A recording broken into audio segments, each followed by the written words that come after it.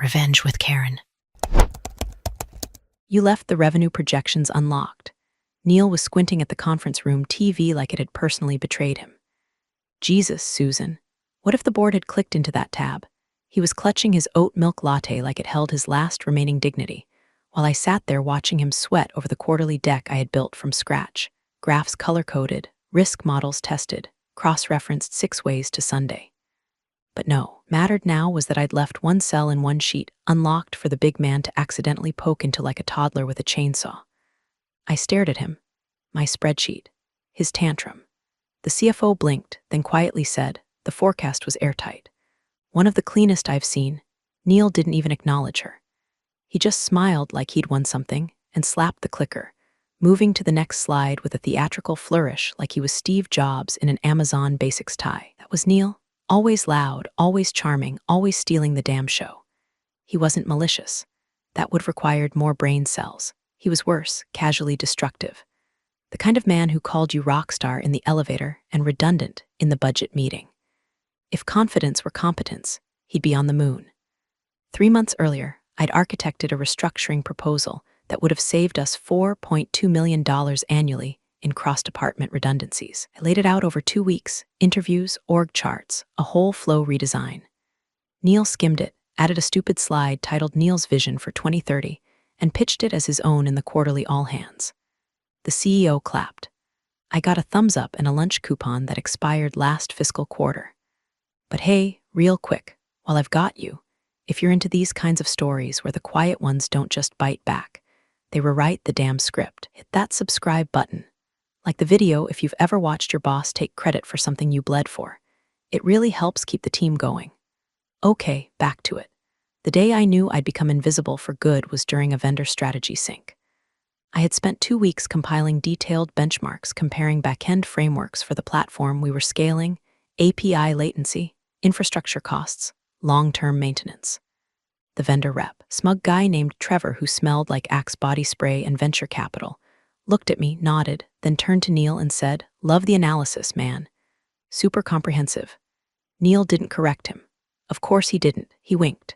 Said, "Yeah, we like to think ahead here." That's when something inside me stopped twitching and just went still. Not rage, not sadness.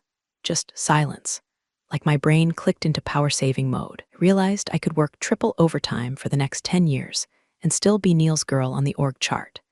To the outside world, I was a data analyst on paper. Internally, I was the scaffolding Neil clung to while pretending to fly. I'd quietly authored the internal integration logic for our flagship platform, built the compliance flow that kept us SOC2 clean, and had written large chunks of the business continuity policies during a previous acquisition. I didn't sign my name on most of it. Neil always said it mudded the hierarchy. But buried deep in the last merger's transitional appendix, in a section nobody reviewed after legal approved it, was a clause I had slipped in. It was innocuous, bureaucratic, titled Continuity Oversight Responsibilities and logged under Schedule D. That clause meant nothing unless the company was ever sold again. Then it meant everything, and I made damn sure it had my name on it. Not out of revenge. Not at first. Back then, I was still just trying to be seen. Still hoping Neil would one day say, "This was all Susan." Instead, I got a ceramic mug with the company logo and a thank you email signed Best Neil. The kind of thank you that lands in spam. The HR rep, Karen, of course her name was Karen, gestured to the beige vinyl chair like she was offering me a seat at my own funeral. "Susan, thanks for coming in on such short notice." Her voice had that overly rehearsed softness HR people use when they're about to stick a knife in your ribcage and call it strategic alignment. Neil was already in the room, leaning against the file cabinet like he owned oxygen. He didn't look at me, just sipped his coffee. "I'll let Karen walk you through it." She launched into some speech about departmental realignment and resource optimization while handing me a 3-page PDF titled Analyst Role Transition Package. I scanned the first page and saw the words, "Eliminated position, effective immediately." The air in the room got heavy, like someone had turned down the oxygen and upped the humiliation. Karen was still talking.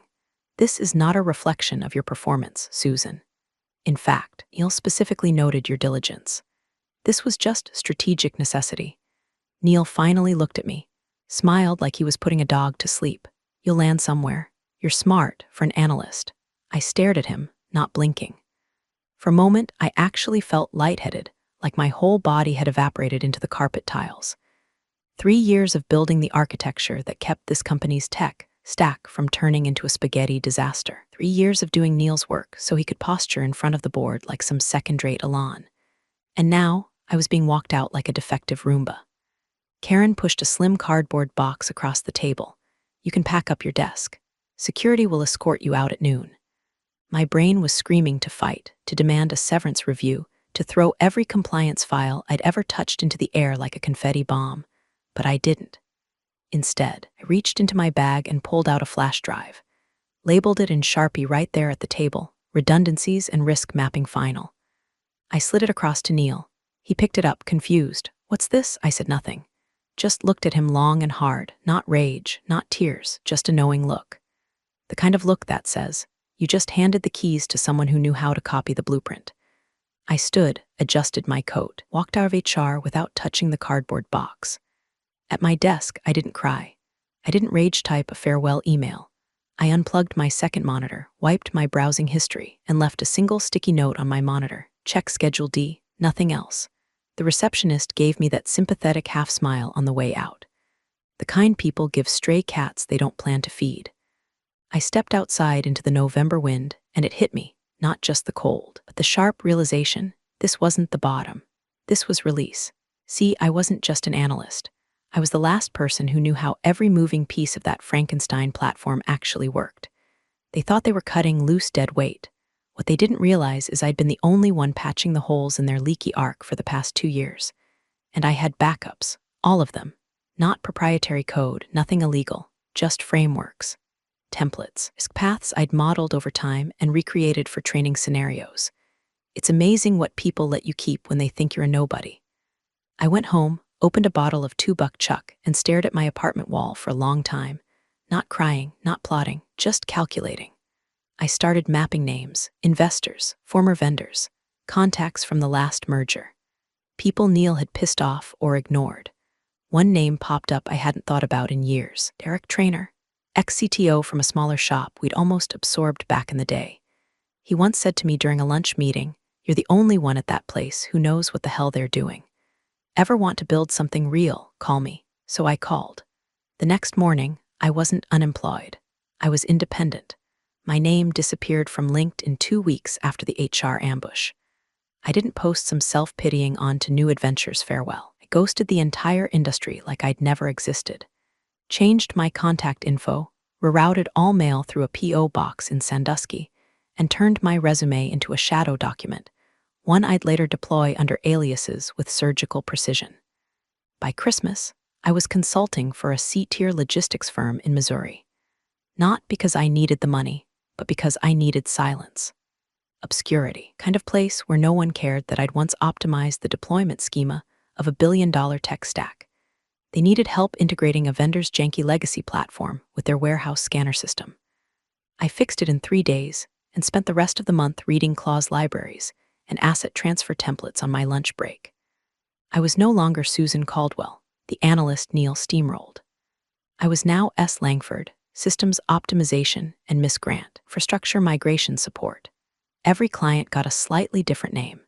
Every invoice routed through a different LLC. Derek, remember Derek, the ex-CTO who once said I was the only one with a brain. He set me up with a network of boutique consultancies that lived off the inefficiencies of big companies like Neil's. One of those firms, a ghost in the machine with 5 shell layers between it and me, started picking up contracts from competitors of Neil, the ones circling, sniffing blood. I didn't go after Neil's company directly.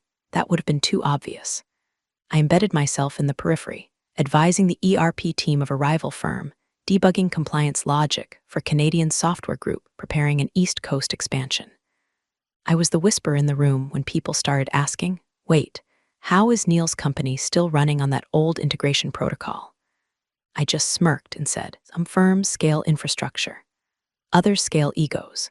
It was during one of those gigs, helping restructure a platform migration that had gone nuclear, when I got a forwarded PDF from a legal contact. The subject line just said, "Thought you'd enjoy this." I opened it. Title: Preliminary SEC Readiness Assessment, a Technologies. Neil's company, preparing to go public, and not through a traditional IPO. It was a reverse merger, actor acquisition via a holding shell. Sneaky, quick, perfect for scrubbing legacy oversight and old skeletons, except they'd missed one. In the original merger documents, the ones I'd helped draft years ago, there was a clause that tied continuity compliance to a named officer. Schedule D. Most companies treated it like filler. But it wasn't filler. It was an override mechanism for change of control events. If the named person didn't sign off, the deal stalled. If the named person flagged material risk, the payout clauses could freeze. Guess who was still listed? Susan Caldwell. That name hadn't appeared in any active system in over 8 years.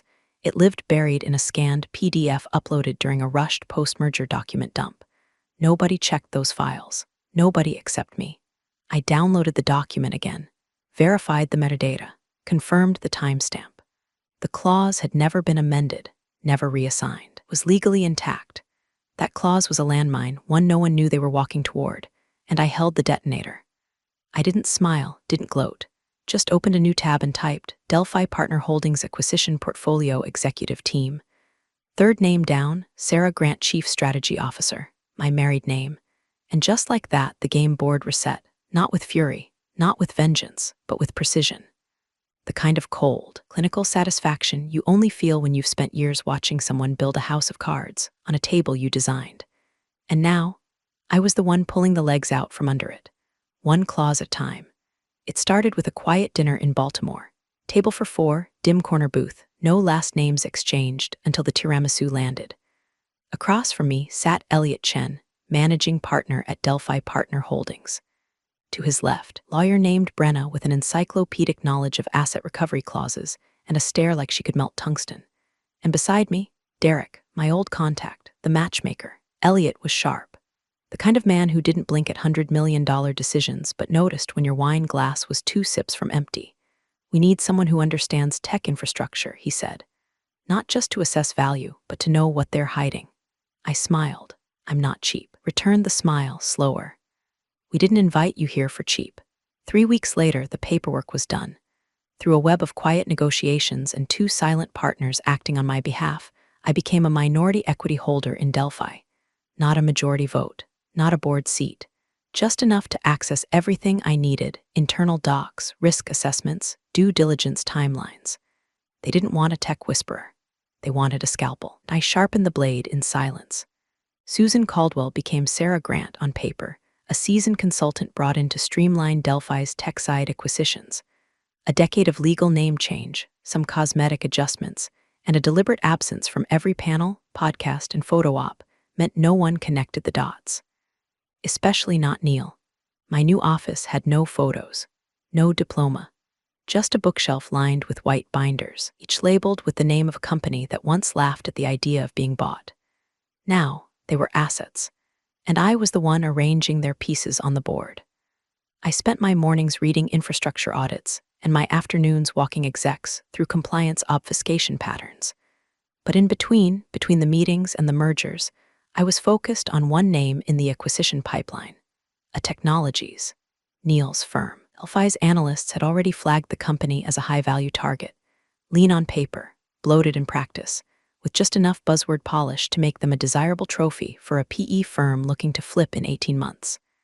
They didn't know the rot beneath. Not yet. I slid into the project naturally, offered to run point on the acquisition structure since I had some familiarity with the architecture. No one questioned it. Not when you wore tailored suits and spoke in confident sentences that ended in outcomes, not opinions. At our first internal planning meeting, I ran through a list of potential risk indicators and flagged 3 items as incomplete. No drama, just enough to buy time. Elliot looked at me across the table. Do you think this deal is viable? I kept my voice flat. Depends how much smoke they're blowing. Inside, I was already rewriting the playbook. This wasn't about settling a score anymore. Neil had become a symbol, a placeholder for every incompetent man who ever coasted upward on the backs of capable women too quiet, too tired, or too ignored to stop him. Control wasn't just about getting even. It was about becoming the last person in the room with a signature that mattered. So I played the part. PowerPoint decks, equity forecasts, quiet nods in boardrooms that smelled like cedar and litigation. Neil's name came up often, usually attached to phrases like charismatic leadership and fast-track innovator. I let them talk, let them believe they were discovering him for the first time. All the while, I was 3 moves ahead, already mapping the precise moment his payout would dissolve into ash, already waiting for the meeting where his lawyer would read the clause he hadn't reviewed, the one I'd written. This wasn't a comeback. This was a takeover. The press release dropped on a Thursday morning. Delphi Partner Holdings announces intent to acquire a technologies in $400M strategic transaction. Neil's grinning mug was front and center on TechCrunch, flanked by 2 junior executives trying to look important and failing. The caption read, CEO Neil Granger celebrates a landmark deal that will propel innovation at scale. Innovation at scale. Jesus. Inside Delphi, the deal was in full swing. Risk teams parsed compliance spreadsheets, finance huddled over valuation models, and I walked the halls like a conductor holding a silent baton. No one questioned my presence. When you speak softly and carry a 12-tab Excel, people tend to assume you know what you're doing. Neil, naturally, was insufferable. During our first joint meeting, kind where the acquiring firm and the target company play nice over stale pastries and muted egos, he entered late, shaking hands like a game show host. "Sarah, right?" he said to me, extending his hand. "I've heard great things." "Likewise," I said, shaking his hand with a grip I made just a hair too firm. He didn't flinch, didn't pause, not a flicker of recognition. Just a salesman's smile and a nervous glance toward Elliot, hoping to stay in his good graces. I watched him talk, same cadence, same buzzwords, but older now, a little thicker around the waist, a little shinier in the scalp, still performing, still oblivious, still flying on wings I'd soldered together 10 years ago. After that meeting, I kept my distance. Let the analysts and lawyers do their thing. My job, publicly, was to oversee infrastructure alignment. Privately, I was watching the trap tighten. It came from a 25-year-old kid named Dev, sharp, awkward, obsessed with documentation. He slid into my office one afternoon holding a printed clause flagged with neon green highlighter. "Hey, us," so I was cross-referencing the asset continuity files from their 2013 merger, and I found this weird clause in Schedule D. Something about a continuity oversight officer. My pulse didn't even twitch. I looked at the page. I could have recited it from memory. I had written it, after all, but I played it cool, flipping the page like I was seeing it for the first time. "Oh, that?" I said, tapping the margin with my pen. "Standard language back then. That clause has never been triggered." Dev squinted.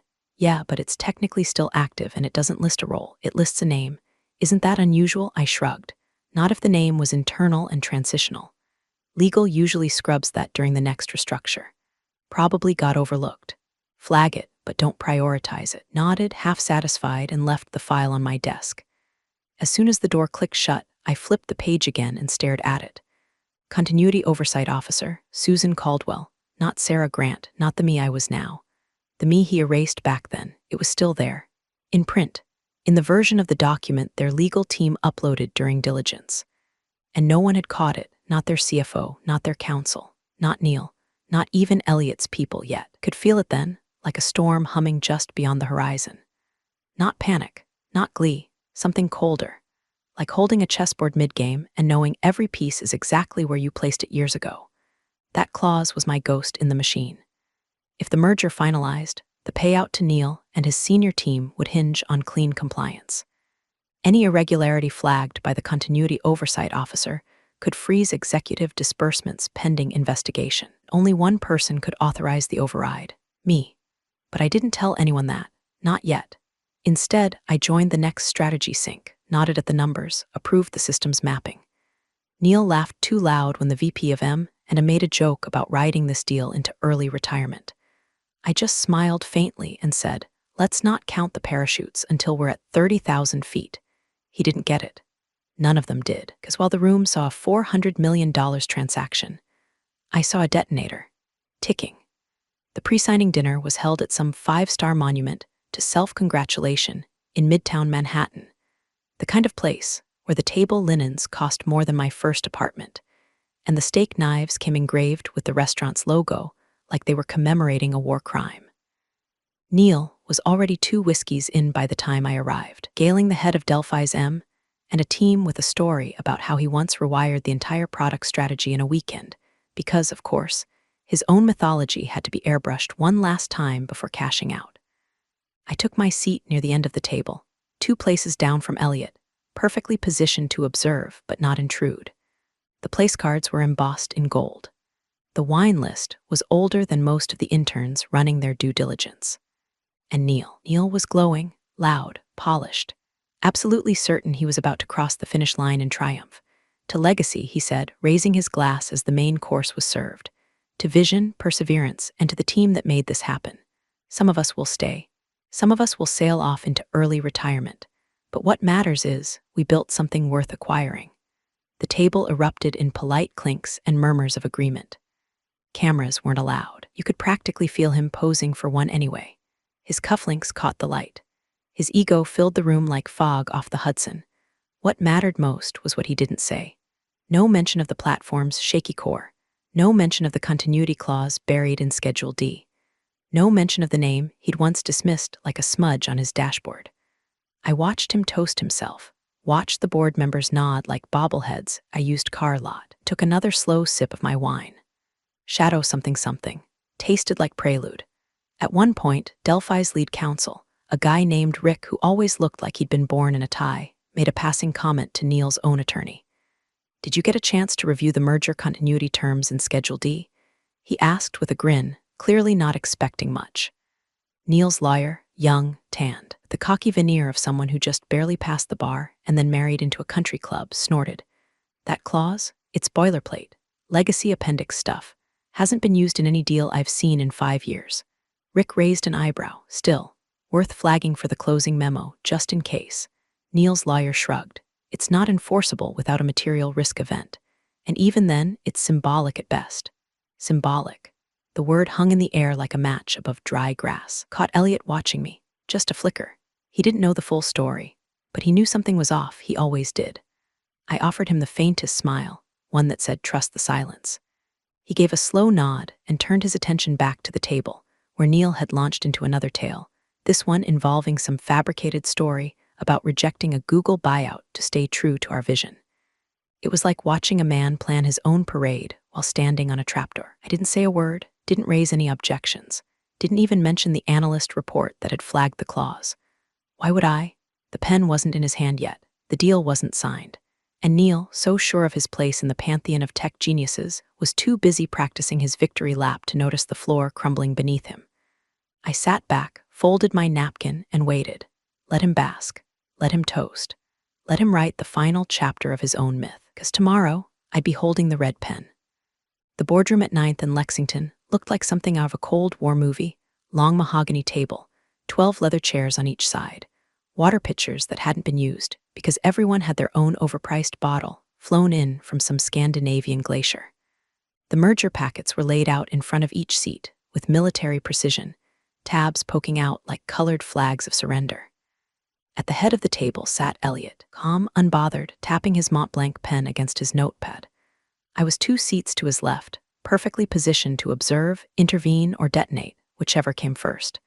The clock on the wall read 8:58. Neil walked in at 9:01, wearing a suit 2 shades too bright and a smile 10 watts too strong. "Gentlemen, ladies," he called out, hands raised like he was accepting an award. What a day.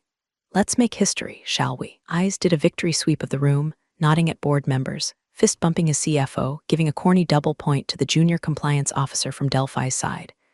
And then he saw me. He froze mid-step, like someone had sucker punched his memories. His smile faltered. Brows drew tight. He blinked. Her? It wasn't loud, but it didn't have to be. The words split the room like a dropped plate in a quiet restaurant. Chairs shifted. Heads turned. Even Elliot looked up. Delphi's lead attorney furrowed his brow, scanning the nameplate in front of me as if maybe it had been swapped in the night. "Neil," he said cautiously, "is there an issue?" Neil didn't answer. He just stared at me like I'd climbed out of a casket. His lawyer leaned toward him, whispering something about keeping it together, optics, shareholders, but Neil didn't hear him. He was still locked on me, breathing through his teeth like the ghosts of every spreadsheet he ever sabotaged had suddenly gathered around the table. The CFO leaned in and whispered, "You know her?" Neil's voice was hoarse. She's just an analyst from way back." I smiled, not big, not smug, just enough to let him know the game he thought he'd already won had just gotten new rules. Elliot looked between us, then back at me. "Sarah, should we continue?" I gave a slight nod. Of course. If all waited long enough, the room stilled. Neil was visibly sweating now, dabbing his forehead with a napkin like it owed him money. The lawyers resumed their positions. The stack of merger documents was passed around. But no one looked at Neil the same way, because something had shifted.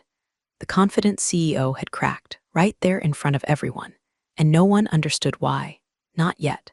But they felt it, like the moment before a thunderclap, like the weight in the air before a bridge gives out.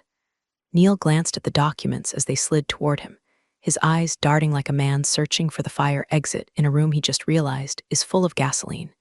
And I leaned back in my chair, folded my hands neatly on the table and watched. Let them feel the tension. Let them wonder. Let the room hold its breath. Because they didn't know it yet, but every word in that stack, every clause, every condition was a prelude to me and Neil. He had just realized the last page held a name he never expected to see again. Mine. The stack of documents was thick enough to make a lawyer sweat, but everyone in that room had seen it all before. 90% of these deals are ceremonial. The signatures, the seals, the carefully staged photographs that show collaboration while disguising power plays sharp enough to cut steel. Delphi's counsel, Rick, adjusted his tie and cleared his throat. As per procedure, he began, "We'll read key provisions into record prior to final sign-off. All parties may follow along. Refer to the binder, tab 16. The sound of tabs flipping filled the room, a soft rustle that almost masked the sound of Neil swallowing hard. His hands were still on the table, motionless.